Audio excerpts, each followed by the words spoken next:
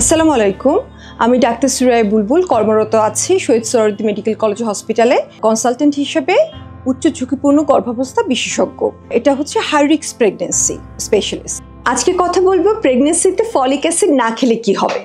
আসলে দেখেন, আমরা কখন ফলিক অ্যাসিডটা দিচ্ছি, আপনাদের প্রথম অ্যান্টিনেটাল চেকআপে যখন আপনারা আসেন তখন আমার প্রথম ওষুধটা বা যে কোনো গাইনোকোলজিস্টের, যে কোনো অবস্টেট্রিশিয়ানের প্রথম ওষুধ যেটা হয় সেটা হচ্ছে কি ট্যাবলেট ফলিক অ্যাসিড 5 মিলিগ্রাম, এবং সেটা আমরা কি লিখে রাখি চলবে। এই যে ফলিক অ্যাসিড কেন দিচ্ছি আমরা, ফলিক অ্যাসিডের রোলটা কি, এবং আমরা কিন্তু কোনো ওষুধ খেতে দিচ্ছি না, কিন্তু ফলিক অ্যাসিড অবশ্যই নিতে হবে। কেন? এই ছোট্ট 5 মিলিগ্রামের যে একটা ফলিক অ্যাসিড ট্যাবলেট, এটার আপনার বাচ্চার একটা মেজর জন্মগত ত্রুটি, যে নিউরাল টিউব ডিফেক্ট, আমাদের যে পিছন দিয়ে একটা নিউরাল টিউব চলে যায়, সেটা যদি আমরা ফলিক অ্যাসিড না খাওয়াই তাহলে হচ্ছে কি এটা একদম ওপেন থাকে এবং সেটা একদম ধ্বংস, ওটা জীবনের সাথে আসলে খুব কম্প্যাটেবল না। যখন বাচ্চাটা বের হবে সে হচ্ছে কি এমনভাবে বের হবে যে সে আর বাইরের এনভায়রনমেন্টে বেঁচে থাকতে পারে না। তাহলে ফলিক অ্যাসিডটা কখন থেকে দেওয়া উচিত? আসলে ফলিক অ্যাসিডটা দেওয়া উচিত বাচ্চার গর্ভধারণেরও 3 মাস আগে থেকে। আমরা কি দিতে পারি না? আমরা দিতে পারি না, কারণ আমাদের দেশে প্রি কনসেপশনাল কাউন্সেলিং এই ব্যাপারটা একেবারেই অনুপস্থিত।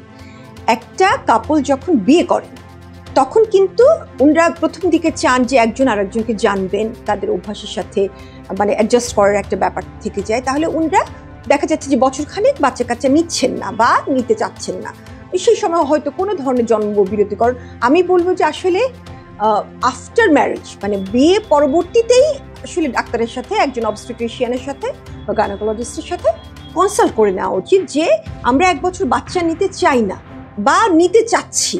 এই যে প্রি কনসেপশনালি উনি আমার কাছে আসলেন, তাহলে আমি কিন্তু কিছু অসুখ যেগুলোর থেকে যেতে পারে ওনাদের, সেগুলোর একটা স্ক্রিন করে ফেলতে পারছি। ওনার বেস লাইনের যে সমস্ত জিনিসপত্র আছে সেগুলো কিন্তু আমরা এগুলো সব কিছু কিন্তু আমরা সর্ট আউট করে ওনাকে প্রি কনসেপশনালি এই ফলিক অ্যাসিডটা দিয়ে দিতে পারছি যে হ্যাঁ, আপনারা এখন গর্ভধারণ করতে চাচ্ছেন, আপনি এই ওষুধটা খাওয়া শুরু করেন।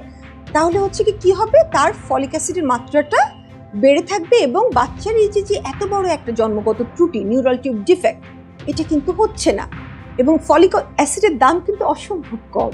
এই ছোট্ট একটা ওষুধ দিয়ে আমরা এত বড় একটা জন্মগত ত্রুটির হাত থেকে বেঁচে যাচ্ছি, এটা কিন্তু বিশাল একটা ব্যাপার। তো প্রি কনসেপশনাল কাউন্সিলিংয়ে তো আসলে ওরকম করে আসা হয় না, আমরা আসলে এখন এরকম করে স্ট্যাবলিশ করতে পারিনি। কখন আপনারা আসেন হচ্ছে গিয়ে মেনস্ট্রুয়াল সাইকেলটা যখন আপনাদের বিয়ে হয়েছে, যখন হওয়ার কথা ছিল, আপনারা মিস করেছেন 2 সপ্তাহ। একটা হচ্ছে প্রেগনেন্সি টেস্ট করে আসেন ইউরিনে, যে ওটা পজিটিভ এসেছে ম্যাডাম, তো এখন কি করব। তো তখন কিন্তু অলরেডি 6 সপ্তাহ পার হয়ে গেছে, এবং আমার দেওয়ার কথা কখন থেকে, প্রি কনসেপশনালি যদি আপনি আসতেন আমি 3 মাস আগে থেকে এটা দিয়ে দিতাম। তো আমার তখন দেওয়ার সুযোগটা থাকছে ওই 6 সপ্তাহ। তারপরেও কিন্তু আমি দিতে পারলাম, কারণ 12 সপ্তাহের মধ্যে হচ্ছে অর্গানোজেনেসিস, বাচ্চার সম্পূর্ণ জিনিসপত্রগুলো তৈরি হয়ে যায়।